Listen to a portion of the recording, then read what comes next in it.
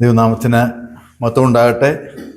ചില ആഴ്ചകൾക്ക് ശേഷം വീണ്ടും നിങ്ങളുടെ മധ്യേ ദൈവത്തിൻ്റെ വചനവുമായിട്ട് നിൽപ്പാൻ ദൈവം എന്നെയും സഹായിച്ചു. അതോർത്ത് ഞാൻ ദൈവത്തെ സ്തുതിക്കുന്നു. സമയം അധികം ഇല്ല, അതുകൊണ്ട് ഞാൻ നേരെ എൻ്റെ ടോപ്പിക്കിലേക്ക് കടക്കട്ടെ. യേശു ക്രിസ്തുവിൻ്റെ ഉപദേശങ്ങൾ അല്ലെങ്കിൽ ഗിരിപ്രഭാഷണം അല്ലെങ്കിൽ സെർമൺ ഓൺ ദ മൗണ്ട്, അങ്ങനെയൊക്കെയുള്ള പല വിവിധ പേരുകളിൽ ഇത് ഞാൻ പറയുന്ന കാര്യങ്ങൾ അടങ്ങിയിരിക്കുന്നു. അതായത് മത്തായി സുവിശേഷം 5, 6, 7 അധ്യായങ്ങളിലാണ് ഇത് വിശദമായിട്ട് രേഖപ്പെടുത്തിയിട്ടുണ്ട്. മറ്റു സുവിശേഷങ്ങളിൽ ഇത് അങ്ങനെ അധികം വിശദമായിട്ട് കാണിച്ചിട്ടില്ല, എഴുതിയിട്ടില്ല. അപ്പോൾ ഇതെന്താണ് ഇതിൻ്റെ ഒരു പശ്ചാത്തലം നോക്കുമ്പോൾ, ഈ മത്തായി സുവിശേഷം നാം ശ്രദ്ധിക്കുമ്പോൾ ഇത് യേശുക്രിസ്തുവിൻ്റെ താൻ ശിഷ്യന്മാരെ വിളിച്ചു, 12 പേരെ ശിഷ്യന്മാരാക്കി, അതിനുശേഷം ധാരാളം അത്ഭുതങ്ങളും അടയാളങ്ങളും ഒക്കെ ചെയ്തു. ഈ 4-ാം അധ്യായം അവസാന ഭാഗത്ത് അത് വളരെ വിശദമായിട്ട് എഴുതുന്നു. അനേകം പേരെ സൗഖ്യമാക്കി ഒക്കെ കർത്താവ് ഇങ്ങനെ തൻ്റെ ശുശ്രൂഷ ആരംഭിച്ചു കഴിഞ്ഞു ഓൾറെഡി. അപ്പോൾ ഇതിൻ്റെ സാഹചര്യം നോക്കുമ്പോൾ ശിഷ്യന്മാർക്കും മറ്റുള്ളവർക്കും ഒരു സംശയമാണ്. എന്താണിത് ഇവൻ ഈ പറയുന്നത്? ഇവൻ ആരാണ്? ഇവന്റെ എന്താണ് ഉദ്ദേശം? ഇവൻ എന്തിനു വേണ്ടിയാണ് ഈ ഭൂമിയിൽ വന്നത്? എന്താണ് ഇവന്റെ ലക്ഷ്യം? എന്താണ് ഇവൻ പറഞ്ഞു വരുന്നത്? ആർക്കും ഒരു ക്ലാരിറ്റി ഇല്ല, കൃത്യമായിട്ട് ആർക്കും ഒന്നും മനസ്സിലാകുന്നില്ല. അപ്പോൾ കർത്താവ് വളരെ വിശദമായിട്ട് എന്താണ് തൻ്റെ കൽപ്പനകൾ, അല്ലെങ്കിൽ ഒരു നയപ്രഖ്യാപനം എന്ന് വേണമെങ്കിൽ നമുക്ക് പറയാം. പുതിയ ഗവൺമെന്റ് അധികാരം ഏറ്റെടുക്കുമ്പോൾ നമുക്കറിയാം അവരുടെ നയം പ്രഖ്യാപിക്കുകയാണ്. അപ്പോൾ എന്ന് പറഞ്ഞതുപോലെ കർത്താവ് എന്താണ് തൻ്റെ പ്ലാൻ, എങ്ങനെയാണ് താൻ ഈ ലോകത്തിൽ ജീവിക്കാൻ പോകുന്നത്, അല്ലെങ്കിൽ മറ്റുള്ളവരെങ്ങനെ ജീവിക്കണം എന്നുള്ള ഒരു കാര്യത്തെപ്പറ്റി വളരെ വിശദമായ ഈ 3 അധ്യായങ്ങളിൽ കൂടി അവരെ പ്രബോധിപ്പിക്കുന്നതാണ് ഈ ഗിരിപ്രഭാഷണത്തിൽ ഇത് പറയുന്നത്. അപ്പൊ യേശുക്രിസ്തു അനേക ഡോക്ട്രിൻസ്, ഉപദേശങ്ങൾ നമ്മളെ പഠിപ്പിച്ചിട്ടുണ്ട്. നമ്മുടെ അപ്പോസ്തലനായ പൗലോസ് അതുപോലെ മറ്റുള്ള ശിഷ്യന്മാരൊക്കെ അനേക കാര്യങ്ങൾ ദൈവവചനത്തിൽ കൂടി നമ്മെ ഉദ്ബോധിപ്പിച്ചിട്ടുണ്ട്. പക്ഷെ ഇവിടെ യേശുക്രിസ്തു നേരിട്ട് നമ്മളോട് ഓരോ കാര്യങ്ങൾ, നിങ്ങൾ എങ്ങനെ ജീവിക്കണം, ഏതൊക്കെ രീതിയിലാണ്, എൻ്റെ പ്രിൻസിപ്പിൾ എന്താണ് എൻ്റെ ആശയങ്ങൾ, എങ്ങനെയാണ് നിങ്ങൾ ജീവിക്കേണ്ടത്, ഞാൻ എന്താണ് നിങ്ങളിൽ നിന്നും ആഗ്രഹിക്കുന്നത് എന്നൊക്കെ വളരെ ഒരു മാനിഫെസ്റ്റോ എന്നൊക്കെ പറയാം, നമുക്ക് എന്ന് വേണമെങ്കിൽ പറയാം, അല്ലെങ്കിൽ ഒരു നയപ്രഖ്യാപനം. കർത്താവ് അവർക്ക് മനസ്സിലാക്കി കൊടുക്കണം എന്താണ് നിങ്ങൾ ചെയ്യേണ്ടത്, അല്ലെങ്കിൽ ഞാൻ എന്താണ് നിങ്ങളിൽ നിന്ന് പ്രതീക്ഷിക്കുന്നത്, എങ്ങനെ നിങ്ങൾ ചെയ്യണം, അവരോട് കൽപ്പിക്കുക ചെയ്യുകയാണ്. ഇവിടെ നമുക്ക് 5-ാമത്തെ ആദ്യം ഞാൻ വിശദമായിട്ട് വായിക്കുന്നില്ല, സമയച്ചുരുക്കം മൂലം. അവൻ പുരുഷാരത്തെ കണ്ടാറെ മലമേൽ കയറി. അവൻ ഇരുന്ന ശേഷം ശിഷ്യന്മാർ അവന്റെ അടുക്കൽ വന്നു. അവൻ തിരുവായി മൊഴിഞ്ഞ് അവരോട് ഉപദേശിച്ച് എന്തെന്നാൽ. അപ്പോൾ ഇത് ശിഷ്യന്മാരോടാണ് കർത്താവ് പറയുന്നത്. അപ്പൊ ധാരാളം പുരുഷാരവിടെ, പക്ഷെ തൻ്റെ ശിഷ്യന്മാരെയാണ് പ്രധാനമായും കർത്താവ് അഭിസംബോധന ചെയ്ത് ഈ കാര്യങ്ങളൊക്കെ പറയുന്നത്. ഞാൻ ഈ ആദ്യത്തെ ചില വാക്യങ്ങളിൽ ഒരു 9 കാര്യങ്ങൾ പറയുന്നുണ്ട്. നിങ്ങൾ ഭാഗ്യവാന്മാർ, അതായത് ദുഃഖിക്കുന്നവർ ഭാഗ്യവാന്മാർ, ആത്മാവിൽ ദരിദ്രരായവർ ഭാഗ്യവാന്മാർ, നീതി നിമിത്തം ഉദ്ധരിക്കപ്പെടുന്നവർ ഭാഗ്യവാന്മാർ. ആ ഭാഗം ഞാൻ വിടുകയാണ്. കാരണം നമ്മൾ പലപ്പോഴും ആ മെസ്സേജസ് കേട്ടിട്ടുണ്ട്. ഗിരിപ്രഭാഷണത്തിൽ നാം എപ്പോഴും കോൺസെൻട്രേറ്റ് ചെയ്ത് പറയുന്ന ഭാഗങ്ങൾ ആദ്യത്തെ അതിൻ്റെ 12-11 വാക്യങ്ങളിലാണ് അത് എഴുതിയിരിക്കുന്നത്. അത് നാം പലപ്പോഴും അതിനെപ്പറ്റിയുള്ള മെസ്സേജ് ധാരാളം കേട്ടുള്ളതുകൊണ്ട് ആ ഭാഗം ഞാൻ അവിശദമായിട്ട് പോകുന്നില്ല. കാരണം ഇതിൽ ഒരു കാര്യം നാം മനസ്സിലാക്കേണ്ടത്, ഇതിൽ പലതും അവർക്കത് മനസ്സിലാകാത്ത, അല്ലെങ്കിൽ നമുക്ക് നടപ്പിലാക്കാൻ പറ്റാത്ത ചില കാര്യങ്ങൾ അതിനകത്ത് അവിടെ പറയുന്നുണ്ട്. അതുകൊണ്ടാണെന്ന് എനിക്ക് തോന്നുന്നു ഇത് കഴിഞ്ഞുള്ള ഭാഗം കർത്താവ് പറഞ്ഞ അനേക കാര്യങ്ങളും പല പ്രസംഗകരും വിശദമായിട്ട് പറയാറില്ല. കാരണം ഇത് വളരെ പ്രയാസമാണ്. പ്രാക്ടിക്കലി കർത്താവ് പറഞ്ഞ ഈ കൽപ്പനകൾ, ഉപദേശങ്ങൾ നമുക്ക് നടപ്പിൽ വരുത്തുവാൻ വളരെ ബുദ്ധിമുട്ടേറിയ കാര്യങ്ങളാണ് ഈ 5, 6, 7 അധ്യായങ്ങളിൽ പറഞ്ഞിരിക്കുന്നത്. അപ്പോൾ കാരണം ദുഃഖിക്കുന്നവർ ഭാഗ്യവാന്മാരെന്നാണ് പറയുന്നത്. അപ്പൊ ഈ ലോകത്തിൽ ഒരാളോട് ചോദിക്കുകയാണ്, ദുഃഖിക്കുന്നവർ ഭാഗ്യവാന്മാരാണോ? നമ്മളോട് ചോദിക്കുക, നിനക്ക് വളരെ ദുഃഖമുണ്ട്, ഞാൻ വളരെ ദുഃഖിച്ചിരിക്കുകയാണ്. അപ്പോൾ നിങ്ങൾ ഒരാളിനോട് വന്ന് പറയുകയാണോ, നീ വളരെ ഭാഗ്യമുള്ളവനാ എന്ന് പറഞ്ഞാൽ എനിക്ക് എന്താ തോന്നുന്നേ? അത് അപ്പൊ ഈ ലോകത്തിലുള്ള ഒരു വ്യക്തിക്ക് അത് ചിലപ്പോൾ അത് മനസ്സിലാകത്തില്ല, അതിന്റെ കൺസെപ്റ്റ് എന്താണ്. ആ ഓരോ കാര്യങ്ങളും നീതി നിമിത്തം ഉപദ്രവിക്കപ്പെടുന്നവർ ഭാഗ്യവാന്മാർ. അപ്പൊ നിങ്ങൾക്ക് അടി കിട്ടുവാണെങ്കിൽ അതൊരു ഭാഗ്യമാണെന്നാണ് അവിടെ പറയുന്നത്. അപ്പോൾ സാധാരണ ഇത് ശിഷ്യന്മാരോടാണ് കർത്താവ് അഡ്രസ് ചെയ്ത് പറയുന്നത്. മറ്റുള്ള ആൾക്കാർ, ജനങ്ങളെല്ലാം അവിടെ നിന്ന് ഉണ്ട്, ശരിയാ. പക്ഷെ ഇവരെ അഡ്രസ് ചെയ്ത് പറയുകയാണ്, ഇതാണ് ഞാൻ നിങ്ങളോട് പറയുന്നതെന്ന് പറഞ്ഞ് അനേക കാര്യങ്ങൾ അവിടെ പറയുകയാണ്. ഞാൻ മെയിൻ പോയിന്റ്സ് മാത്രം പറഞ്ഞ് മുന്നോട്ട് പോകാം. അത് നീതി നിമിത്തം ഞാൻ ആ ഭാഗമേ വിടുകയാണ് കംപ്ലീറ്റ്. അതിന്റെ 13-ാം വാക്യത്തിൽ പറയുന്നു, നിങ്ങൾ ഭൂമിയുടെ ഉപ്പാകുന്നു. ഉപ്പിന്റെ ഉപയോഗം നമുക്കറിയാം. ഉപ്പ് നമുക്ക് ഒരു കറിയിൽ നമ്മൾ ഉപ്പ് ചേർത്ത് കഴിഞ്ഞാൽ ആ ഉപ്പിനെ കാണാൻ പറ്റുമോ? ഇല്ല. ഉപ്പ് നമുക്ക് കാണാൻ പ്രത്യേകിച്ച് മാറിക്കിടക്കത്തൊന്നുമില്ല, പൊങ്ങിക്കിടക്കത്തില്ല. അത് അതിനകത്ത് അലിഞ്ഞങ്ങ് ചേരുകയാണ്.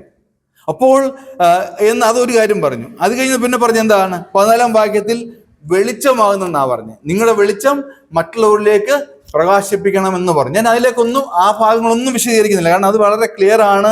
നാം പലപ്പോഴും, ഞാൻ തന്നെ പല പ്രാവശ്യം ഇവിടെ ഈ ചർച്ചയിൽ അത് പറഞ്ഞിട്ടുള്ള കാര്യങ്ങളാണ്. അതുകൊണ്ട് ഞാൻ ആ ഭാഗത്തേക്ക് കടക്കുന്നില്ല. അതിന്റെ 17-ാം വാക്യത്തിൽ എന്താണ് പറയുന്നത്? 17-ാം വാക്യം ഞാനൊന്ന് വായിക്കാം. ഞാൻ ന്യായപ്രമാണത്തെയോ പ്രവാചകന്മാരെയോ നീക്കേണ്ടതിന് വന്നു എന്ന് നിരൂപിക്കരുത്. കാരണം ഇത് യഹൂദന്മാരുടെ ഇടയിലാണ് കർത്താവ് തൻ്റെ വേല തുടങ്ങുന്നത്. അപ്പോൾ യഹൂദന്മാരെ സംബന്ധിച്ച് പറഞ്ഞാൽ അവർക്കൊരു ന്യായപ്രമാണമുണ്ട്. അവർക്ക് വ്യക്തമായ കൽപ്പനകൾ കൊടുത്തിട്ടുണ്ട്, 10 കൽപ്പനകൾ കൊടുത്തിട്ടുണ്ട്. ദൈവം വളരെ വിശദമായിട്ട് എങ്ങനെയൊക്കെ ചെയ്യണം, ശബത്ത് എങ്ങനെ ആചരിക്കണം, വളരെ വിശദമായിട്ടുള്ള ഒരു ഉപദേശ ന്യായപ്രമാണം അവർക്ക് നൽകിയിട്ടുണ്ട്. അപ്പോൾ ഇവർക്കിത് സംശയം, ഇത് ന്യായപ്രമാണത്തെ എല്ലാം മാറ്റി ഇതെല്ലാം തെറ്റാണെന്ന് പറഞ്ഞ് പുതിയൊരു തത്വ സംഹിതയുമായിട്ടാണോ ഇയാൾ വന്നിരിക്കുന്നത് എന്ന് അപ്പൊ അവർ പലരും സംശയിച്ചു. ഞങ്ങൾക്ക് ന്യായപ്രമാണം ഉണ്ടല്ലോ, ഇനി പുതിയതായിട്ടൊരാൾ വന്ന് പുതിയ കുറച്ച് കാര്യങ്ങൾ ഞങ്ങളെ പഠിപ്പിച്ച് ഞങ്ങളെ മാറ്റാനൊന്നും ശ്രമിക്കേണ്ട, അതിൽ ഞങ്ങൾ സംതൃപ്തരാണ്, ഞങ്ങൾ ഈ ന്യായപ്രമാണം ഫോളോ ചെയ്യുന്നവരാണ്. അപ്പൊ പലർക്കും സംശയമായി, എന്തിനാണ് വന്നിരിക്കുന്നത്, എന്താണ് ഇവൻ പറയാൻ പോകുന്നത്, എന്താണ് ഇവന്റെ ഉദ്ദേശം, ഒന്നും മനസ്സിലാകുന്നില്ല, അവർക്കൊന്നും മനസ്സിലാകുന്നില്ല. അപ്പോൾ അത് കർത്താവ് വളരെ വ്യക്തമായിട്ട് പറയുകയാണ്, ഞാൻ ന്യായപ്രമാണം നീക്കുവാനല്ല വന്നിരിക്കുന്നത്. നമ്മളിൽ ചില സഭാ വിഭാഗങ്ങളൊക്കെ ആൾക്കാർ പറയാറുണ്ട്, ഈ പഴയ നിയമമേ അവർ നോക്കത്തില്ല, പഴയ നിയമം മുഴുവൻ അത് കഴിഞ്ഞ കാര്യങ്ങളാണ്.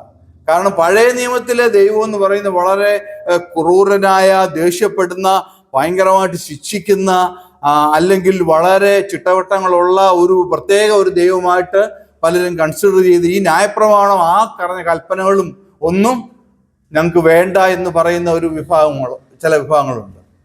അപ്പോൾ ഇവിടെ അതിൻ്റെ ഒരു ക്ലാരിറ്റി കർത്താവ് വരുത്തുകയാണ്. ഞാൻ ഇത് നീക്കുവാനല്ല വന്നത്, അതിന്റെ ബാക്കിയായിട്ട് പറയുന്നുണ്ട്, അത് നിവർത്തിപ്പാൻ അത്രേ വന്നത്. അപ്പൊ ന്യായപ്രമാണത്തെ കംപ്ലീറ്റ്ലി തെറ്റാണെന്ന് പറഞ്ഞ് അത് മാറ്റി നിങ്ങളത് ആചരിക്കേണ്ട, നിങ്ങൾ അത് ഫോളോ ചെയ്യേണ്ട, ഞാൻ പറയുന്നത് മാത്രം കേട്ടാൽ മതി എന്നുള്ള ഒരു രീതിയിലല്ല കർത്താവ് അവരോട് പറയുന്നത്. ആകാശവും ഭൂമിയും ഒഴിഞ്ഞു പോകും വരെയും സകലവും നിവൃത്തിയാകുവോളം ന്യായപ്രമാണത്തിൽ നിന്നൊരു വള്ളിയെങ്കിലും പുള്ളിയെങ്കിലും ഒരു നാളും ഒഴിഞ്ഞു പോവുകയില്ല. അപ്പോൾ ന്യായപ്രമാണം അവിടെ നിൽക്കുന്നുണ്ട്, ഇപ്പോഴും നമുക്കത് ബാധകമാണ്. 10 കൽപ്പനകളിലെല്ലാം നമ്മളിപ്പോഴും നമ്മൾ അതേ രീതി തന്നെ അത് ശരിയാണെന്നും അതേപടി അംഗീകരിക്കുന്നവരുമാണ്. പക്ഷെ യേശുക്രിസ്തുവിന്റെ കൽപ്പനകൾ എന്ന് പറയുമ്പോൾ അനേക കാര്യങ്ങൾ അതിനോട് ചേർത്ത് താന് പറയുകയാണ്. അത് ആദ്യമായിട്ട് ചില പോയിന്റ്സ് ഞാൻ പറയാം. അതിന്റെ 20-ാം വാക്യം ഞാൻ വായിക്കാം. നിങ്ങളുടെ നീതി ശാസ്ത്രിമാരുടെയും പരീശന്മാരുടെയും നീതിയെ കവിയുന്നില്ലെങ്കിൽ നിങ്ങൾ സ്വർഗരാജ്യത്തിൽ കടക്കയില്ല. അപ്പൊ എന്താണ് നീതിയെന്നും എന്താണ് നീതികേടെന്നും വ്യക്തമായിട്ട് ഡിഫൈൻ ചെയ്ത് അവരോട് പറഞ്ഞിട്ടുണ്ട്. എന്തുവാ പറഞ്ഞേക്കുന്നേ? ഒരുത്തൻ നിന്റെ കൈ തല്ലി ഒടിക്കുവാണെങ്കിൽ അവന്റെ കൈ തല്ലി ഒടിക്കാം. ഒരുത്തൻ നിന്റെ കഴുത്ത് വെട്ടുവാണെങ്കിൽ അവന്റെ കഴുത്ത് വെട്ടാം. അത് അവരുടെ നീതി. വ്യഭിചാരത്തിൽ പിടിക്കപ്പെട്ട സ്ത്രീയെ കൊണ്ടെന്ന് എന്താണ് അവർ നിർത്തിട്ട് പറഞ്ഞത്? ഇവളെ കല്ലെറിഞ്ഞു കൊല്ലണം. അതാണ് നിയമം. അപ്പൊ കർത്താവിന്റെ നീതി അതാണോ? കർത്താവ് ഈ വ്യഭിചാരത്തിൽ പിടിക്കപ്പെട്ട സ്ത്രീയെ അവർ കൊണ്ടുവന്നപ്പോ കർത്താവ് എന്തുവാ പറഞ്ഞേ? നിങ്ങളിൽ പാപമില്ലാത്തവൻ ഒന്നാമത് എറിഞ്ഞോളാനാ പറഞ്ഞേ. അത് കഴിഞ്ഞ് പിന്നെ വേണേ അല്ലാത്തവർക്ക് അറിയാമായിരിക്കും, അല്ലേ? അപ്പോൾ കർത്താവിന്റെ നീതി എന്ന് പറയുന്നത് ആ ഒരു കൈക്ക് പകരം കയ്യ, കാലിന് പകരം കാല, കണ്ണു പകരം കണ്ണ്, അങ്ങനെ ഒരു രീതി അല്ല. കർത്താവ് അവിടെ അങ്ങനെയാണെങ്കിൽ നമുക്കൊന്നും ഇത് നിലനിൽക്കാൻ പറ്റത്തില്ല ഒരു കാരണവശാലും. നമ്മൾ ചെയ്യുന്ന കുറ്റത്തിന് നമ്മുടെ ഒരു മോഷണം നടത്തി അല്ലെങ്കിൽ വേറൊരു കാര്യം ചെയ്തു നമ്മുടെ കൈ വെട്ടിക്കളയുക, അല്ലെങ്കിൽ നമ്മുടെ ഭയങ്കരമായ ഒരു കള്ളം പറഞ്ഞു നമ്മുടെ നാക്ക് ചെത്തിക്കളയുക എന്നൊക്കെ പറഞ്ഞാൽ നമുക്ക് നിലനിൽക്കാൻ പറ്റുമോ? പറ്റില്ല. അപ്പൊ കർത്താവ് ഇതിനെല്ലാം മാറ്റി അല്ലെങ്കിൽ അതിൻ്റെ കൂടെ അഡീഷണലായിട്ട് കുറെ കാര്യങ്ങൾ പറയുകയാണ്. ഞാൻ ന്യായപ്രമാണം നീക്കാനൊന്നും അല്ല വന്നത്, അത് നിവർത്തിപ്പാനാണ് വന്നത്. പക്ഷെങ്കിൽ അതിന്റെ 20-ാം വാക്യത്തിൽ പറഞ്ഞ നിങ്ങളുടെ നീതി ശാസ്ത്രിമാരുടെയും പരീശന്മാരുടെയും നീതിയെക്കാട്ടി കവിയണം. അപ്പൊ നമ്മള് അന്ന് പറഞ്ഞിരിക്കുന്ന പോലുള്ള കാര്യങ്ങളല്ല, നമ്മൾ അതിനപ്പുറമായിട്ടുള്ള കഠിനമായി നമുക്ക് ആചരിക്കാൻ ബുദ്ധിമുട്ടുള്ള കാര്യങ്ങളാണ് കർത്താവ് പറഞ്ഞിരിക്കുന്നത്. പലരും പറഞ്ഞ കർത്താവ് പറയുന്നതൊക്കെ വളരെ സിമ്പിളായി, ഇനി സാരമില്ല, നമുക്ക് ഈസി ആയിട്ട് ആചരിച്ചു പോകാമെന്നാണ് പറയുന്നത്. ഞാൻ മുന്നോട്ട് പോകട്ടെ.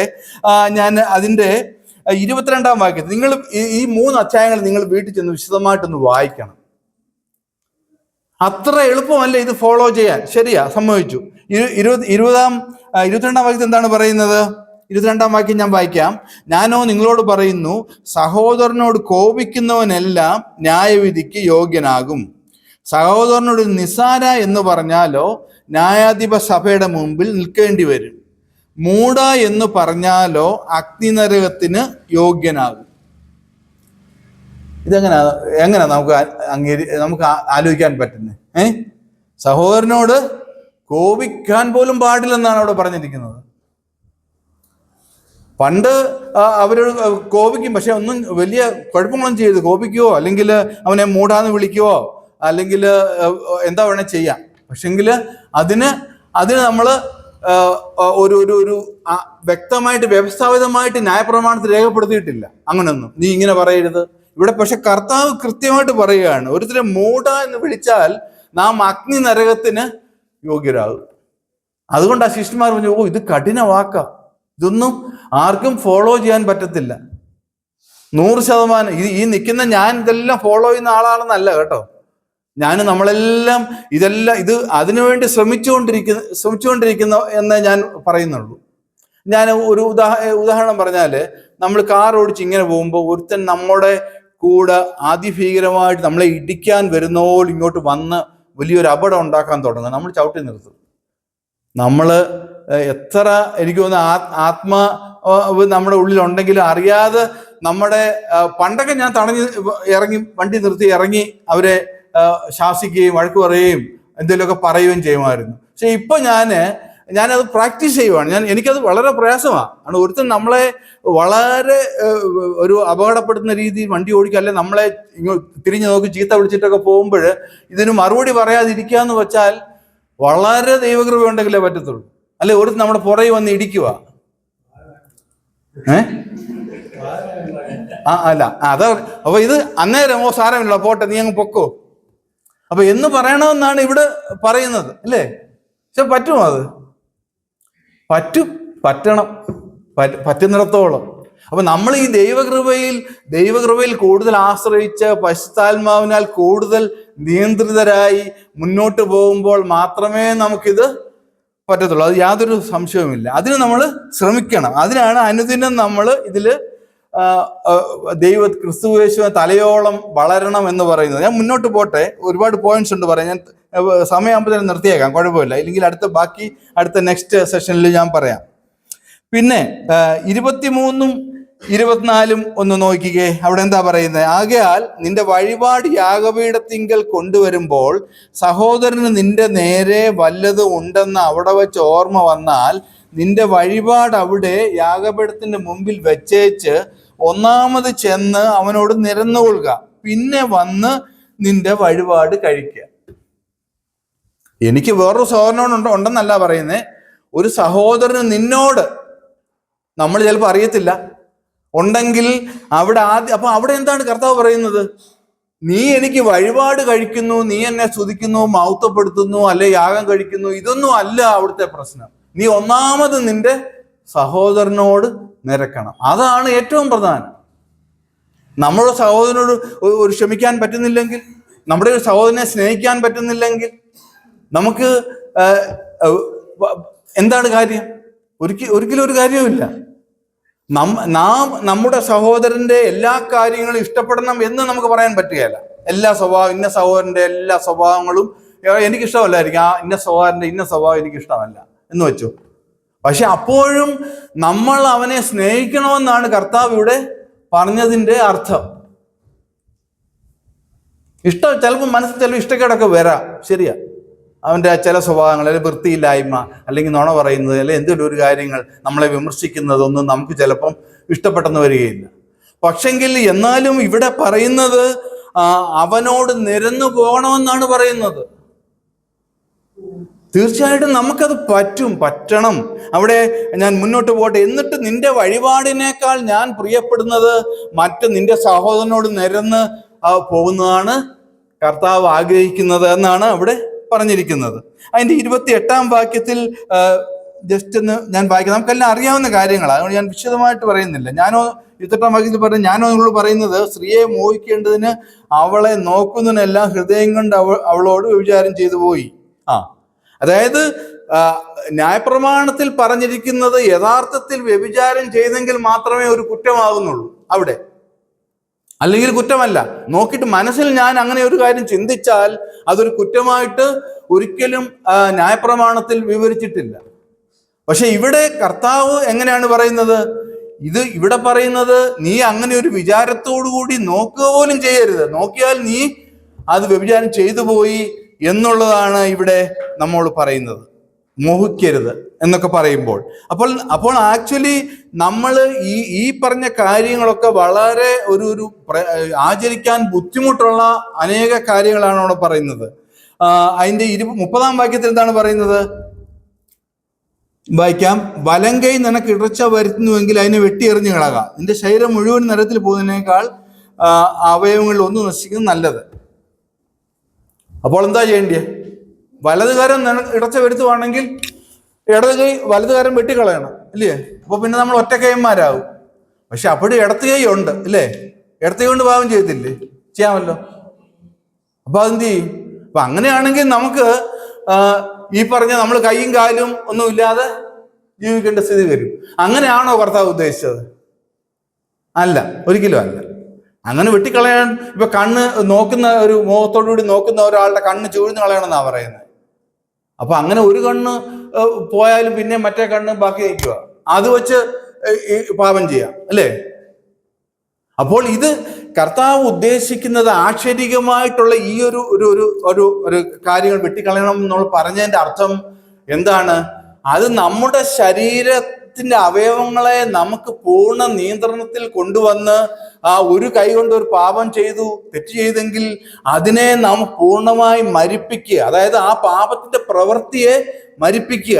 അല്ലെങ്കിൽ അത് കംപ്ലീറ്റ്ലി ദൈവ കൃപ ഉണ്ടെങ്കിൽ മാത്രമേ ഇത് നടപ്പിൽ വരുത്താൻ പറ്റുകയുള്ളൂ. അതുകൊണ്ടാണ് ഇത് അവിശ്വാസികളോടല്ല പറയുന്നത്, സാമാന്യ ജനത്തോടല്ല പറയുന്നത് എന്ന് അവിടെ പറയാൻ കാര്യം അതാണ്. സാധാരണക്കാർക്ക് ഒരിക്കലും ചിന്തിക്കാൻ പോലും പറ്റുന്ന കാര്യമല്ല. അപ്പോൾ നമുക്കിത് ചെയ്യാൻ, നമുക്ക് ഈ ഒരു വിജയകരമായ ക്രിസ്ത്യ ജീവിതം നാം നയിക്കണമെങ്കിൽ നമുക്ക് എങ്ങനെയാണ് നമുക്ക് സാധിക്കുന്നത്? ഈ കർത്താവ് പറഞ്ഞ പോലൊക്കെ അനുസരിക്കാൻ പറ്റുന്നത് എങ്ങനെയാണ്? അതുപോലെയുള്ള ദൈവകൃപ അല്ലെങ്കിൽ പരിശുദ്ധാത്മാവിന്റെ ആ നിറവിനാൽ നിറഞ്ഞു വന്നെങ്കിൽ മാത്രമേ നമുക്കിത് സാധിക്കത്തുള്ളൂ. മുന്നോട്ട് പോകട്ടെ. കള്ളസത്യം പറയരുതെന്ന് ഓൾറെഡി നമുക്ക് എല്ലാവരും വരും, കള്ളസത്യം ചെയ്യരുത്. പക്ഷെ ഇവിടെ കർത്താവ് എന്താ പറഞ്ഞത്? സത്യം പോലും ചെയ്യരുത്. ആണയിടുക, സത്യം അങ്ങനെ പറയാനോ സത്യമായിട്ട് നിന്നോട് പറയുന്നു എന്ന് പോലും പറയാൻ പാടില്ലെന്നാണ് പറഞ്ഞിരിക്കുന്നത്. നാം പലപ്പോഴും പറയും ദൈവസാക്ഷിയായിട്ട് ഞാൻ പറയുന്നു എന്നൊക്കെ പറഞ്ഞുകൊണ്ട് ചെറുപ്പത്തിലേ പറഞ്ഞിട്ടുണ്ട്. അന്ന് സ്കൂളിലൊക്കെ പഠിക്കുമ്പോൾ ആളുകളെ വിശ്വസിപ്പിക്കാൻ വേണ്ടി അതായിരുന്നു, പിള്ളേരെയൊക്കെ കൂട്ടുകാരെയൊക്കെ എന്തോരും അല്ലൂടെ സത്യമായിട്ട് ദൈവസാക്ഷിയായിട്ടും ഞാൻ പറയുക എന്നൊക്കെ പറഞ്ഞിട്ടുണ്ട്. പക്ഷെ ഇവിടെ എന്താ പറയുന്നത്? അങ്ങനെ കള്ളസത്യം പറയാൻ മാത്രമല്ല പാടില്ലാത്തത്, സത്യം ചെയ്യാൻ പോലും പാടില്ലെന്നാണ് ഇവിടെ പറഞ്ഞിരിക്കുന്നത്. അതുപോലെ വേറെ അതിന് 39-ാം വാക്യം, ഞാൻ മെയിൻ പോയിന്റ്സ് പറഞ്ഞങ്ങ് പോവാണ്, സമയം വളരെ പോകുന്നുണ്ടല്ലോ.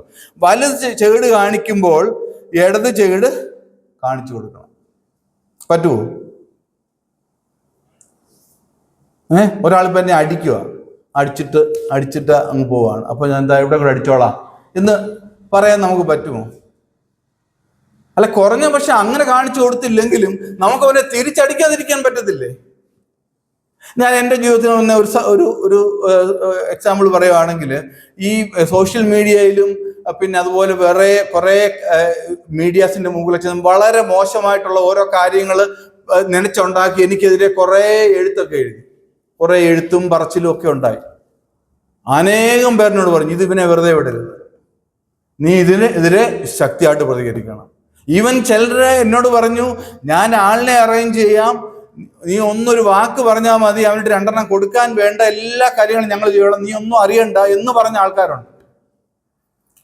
ഞാൻ ആക്ച്വലി നന്നായി തുടങ്ങിയത് ഇതെങ്ങനെ ഇതിന് എനിക്ക് പ്രതികരിക്കാതെ അല്ലെ റെസ്പോണ്ട് ചെയ്യാതെ ഇതിനെതിരെ ഒരു പ്രതികാര നടപടിക്ക് പോവാതെ എങ്ങനെ എന്നെ തന്നെ നിയന്ത്രിക്കാൻ പറ്റും എന്നുള്ള അതിൻ്റെ ഒരു പാഠശാലയായിരുന്നു സത്യം പറഞ്ഞാൽ. ഞാൻ പിടിച്ചു നിന്നു, ഞാൻ ചെയ്തില്ല. അനേകം പേരെന്നെ വിമർശിച്ചു, ശരിയാ. അനേകം പേര് ഇവനെന്തോ ഒരു മണ്ടത്തരം, ഇവനെന്തോ ഒന്നും പറയാതിരിക്കുന്നു, ഇവന്റെ കാര്യങ്ങളൊന്നും പറയണ്ടേ, അല്ലേ അവനെതിരെ ശക്തിയായിട്ട് വേറൊരു ചാനലിനെ പൈസ കൊടുത്തു കഴിഞ്ഞാൽ അവർ എന്ത് വേണേലും എഴുതും, അവനെ മോശക്കാരനാക്കി എഴുതാൻ നമുക്ക് ഈസി ആയിട്ട് പറ്റും. അപ്പോൾ നമ്മുടെ ജീവിതത്തിൽ ഇതുപോലത്തെയുള്ള ഓരോ കാര്യങ്ങളും വരുമ്പോൾ, നമുക്കെതിരെ ആളുകൾ പറയുമ്പോൾ, നാം അതിനെതിരെ ശക്തിയായിട്ട് പ്രതികരിക്കാൻ പോവാതെ ദൈവത്തിന് പ്രതികാരം യഹോവയ്ക്കുള്ളതെന്നാണ് പറയുന്നത്, അല്ലേ? അപ്പോൾ നാം പ്രതികാരം ചെയ്തു കഴിഞ്ഞാൽ ഈ യഹോവയ്ക്ക് പ്രതികാരം ചെയ്യാനുള്ള അവസരം നാം നഷ്ടപ്പെടുത്തുകയാണ്. കർത്താവ് പ്രതികാരം ചെയ്യട്ടെ. ഞാനിപ്പോൾ അത് വിട്ടുകളഞ്ഞു. ഈ പറഞ്ഞ ആളുകളൊക്കെ നമ്മെ പ്രോത്സാഹിപ്പിക്കും, ഇവൻ്റെ ഒരു പോരാ, കഴകത്തില്ലാത്തവൻ, അല്ലെങ്കിൽ ഇവൻ എന്തോ ഒരു മണ്ടനാ, അല്ലെങ്കിൽ ഇവൻ ഇങ്ങനെ എന്തോ ഒരു മനുഷ്യനാ, നട്ടലില്ലാത്തവനാ, അല്ലെങ്കിൽ എന്നൊക്കെ ചിലപ്പോൾ പറഞ്ഞു കാണും പലരും, എനിക്കറിയത്തില്ല എന്തൊക്കെ ആളുകൾ പറഞ്ഞതെന്ന്. അപ്പോൾ നമ്മൾ ഇങ്ങനെ ഇത് ക്ഷമിക്കാനും സഹിക്കാനും ഒക്കെ ഞാൻ ഇങ്ങനെ ആലോചിച്ചത്, ഞാൻ ഇതൊക്കെ പറയുകയും പ്രസംഗിക്കുകയും ഒക്കെ ചെയ്യുന്ന ഒരാളാണ്. അപ്പൊ ഇത് മറ്റുള്ളവരുടെ മുമ്പിൽ കിടന്ന് പ്രസംഗിക്കണമെന്നുണ്ടെങ്കിൽ ഇത് നമ്മുടെ ജീവിതത്തിൽ ഒന്ന് ഫോളോ ചെയ്യാൻ ഒരു ശ്രമം നടത്താതെ ഞാൻ എങ്ങനെ പ്രസംഗിക്കും? എന്നെ സംബന്ധിച്ച് എനിക്കത് ആലോചിക്കാൻ പറ്റുന്ന പോലും കാര്യമല്ല. അതുകൊണ്ടാണ് പല കാര്യങ്ങളിലും ചിലപ്പോൾ നമുക്ക് 2 പറയണം, അല്ലെങ്കിൽ അവനെ ഒരു തെള്ളെങ്കിലും കൊടുക്കണം, അല്ലെങ്കിൽ അവന് എന്തെങ്കിലും ഒന്ന് നമുക്ക് അറിയാതെ നമ്മുടെ ഈ രക്തം ഇരച്ചു കയറുക എന്ന് പറയും. പക്ഷേ അന്നേരം ഒരു 2-3-4-5 സെക്കൻഡ് നമുക്കൊന്ന് ഓർമ്മയിൽ ആ പരിശുദ്ധാത്മാവിന്റെ ഒരു ഗൈഡൻസ് അല്ലെങ്കിൽ ഇങ്ങനെ വരും, നീ നിനക്ക് പറ്റില്ല, നിനക്ക് ഇതിന് മറുപടി പറയാൻ പറ്റില്ല എന്ന് പറയുവാൻ, നമ്മുടെ ആ പറയുമ്പോൾ അതിന് നാം അനുസരിക്കുവാണെങ്കിൽ നമുക്ക് ആ രംഗത്ത് പിടിച്ചിരിക്കാൻ പറ്റും. ഞാൻ അങ്ങനെയാണ് ചെയ്യുന്നത് സാധാരണ. ഇപ്പോൾ അങ്ങനെ സാഹചര്യങ്ങളിലൊക്കെ പലപ്പോഴും അങ്ങനെ ചെയ്യാറുണ്ട്. അതുപോലെ ഇവിടെ എന്താണ് പറയുന്നത്? എൻ്റെ 40-ാം വാക്യം, വസ്ത്രം എടുക്കുന്നവന് തൻ്റെ പുതപ്പൂട് കൊടുക്കണം. ഒരുത്തൻ വസ്ത്രം നമ്മൾ എടുക്കാൻ വരുക, അപ്പോൾ നമ്മുടെ പുതപ്പൂടെ കൊടുക്കുക. അവന് ചിലപ്പോൾ ഇല്ലാത്തവനായിരിക്കും, അതായിരിക്കും കർത്താവിനെ പൊളിച്ച് നിൽക്കുന്നത്. അവനില്ലാത്ത നിവൃത്തിയില്ലാതെ നമ്മുടെ വസ്ത്രം ഇട്ടെങ്കിൽ മാത്രമേ ഒന്നുമില്ലാത്ത ഒരു വ്യക്തിയായിരിക്കും മോഷണം നടത്തുന്നത്. അല്ലെങ്കിൽ പിന്നെ വസ്ത്രം എടുക്കത്തില്ലല്ലോ. ഒരാളുടെ വസ്ത്രം മോഷ്ടിച്ച് ഉപയോഗിക്കണമെന്നുണ്ടെങ്കിൽ അവന് വസ്ത്രം തീരെ ഇല്ലാഞ്ഞിട്ടായിരിക്കും. അപ്പോൾ നമ്മൾ അങ്ങനെ ചിന്തിച്ച് എന്നപ്പോൾ നീ അങ്ങ് എടുത്തോ, ഉടുപ്പാന്ന് എനിക്ക് വേണ്ടിയത്, അങ്ങ് എടുത്തോ, എന്നാ പാൻറ് കൂടെ വേണേ അങ്ങ് തരാം എന്ന് പറഞ്ഞ് നമുക്ക് കൊടുക്കാൻ പറ്റിയാൽ നല്ലത്. ഞാൻ ശ്രമിക്കുമെന്നാണ് ഞാൻ വിചാരിക്കുന്നത് കേട്ടോ. അപ്പോൾ നമ്മൾ അങ്ങനെയുള്ള കാര്യങ്ങളിൽ എനിക്ക് പണ്ട് ഉണ്ടായിരുന്ന ഒരു ഓട്ടോറിക്ഷക്കാരനൊക്കെ നമ്മൾ പറയാം 50 രൂപ വേണ്ട സ്ഥാനത്ത് 100 രൂപ ചോദിക്കും. 50 രൂപ ഇരട്ടി ചാർജ് ചോദിക്കും. അപ്പോൾ പണ്ട് ഞാൻ ഇവിടുന്ന് വഴക്കുണ്ടാക്കി, എന്തുവാടാ ഈ പറയുന്നത്, അവൻ നിനക്ക് നാണമില്ലയോടെ ഇങ്ങനെയൊക്കെ മനുഷ്യനെ പിടിച്ചു പറിച്ച് പൈസ വാങ്ങിക്കുവാണോ, നീ നശിച്ചു പോകും, നിനക്കല്ലേ അസുഖം വരും എന്നൊക്കെ പറഞ്ഞ് അവരെ ഭീഷണിപ്പെടുത്തുകയും നമ്മൾ അങ്ങോട്ട് ചില കാര്യങ്ങളൊക്കെ പറഞ്ഞിട്ടുണ്ട് പല പ്രാവശ്യം. എന്തുവാടാ ഇത് എന്നൊക്കെ പറഞ്ഞ് നമ്മൾ അവനെ തർജ്ജനം ചെയ്യും, താക്കീത് ചെയ്യും. പക്ഷെ ഈ വചനങ്ങളൊക്കെ നമ്മൾ ഇങ്ങനെ വായിച്ച് അത് ജീവിതത്തിൽ നാം പ്രാവർത്തികമാക്കാൻ നോക്കുമ്പോൾ നമ്മൾ വിചാരിക്കും 50 രൂപ അല്ലേ പോട്ടെ.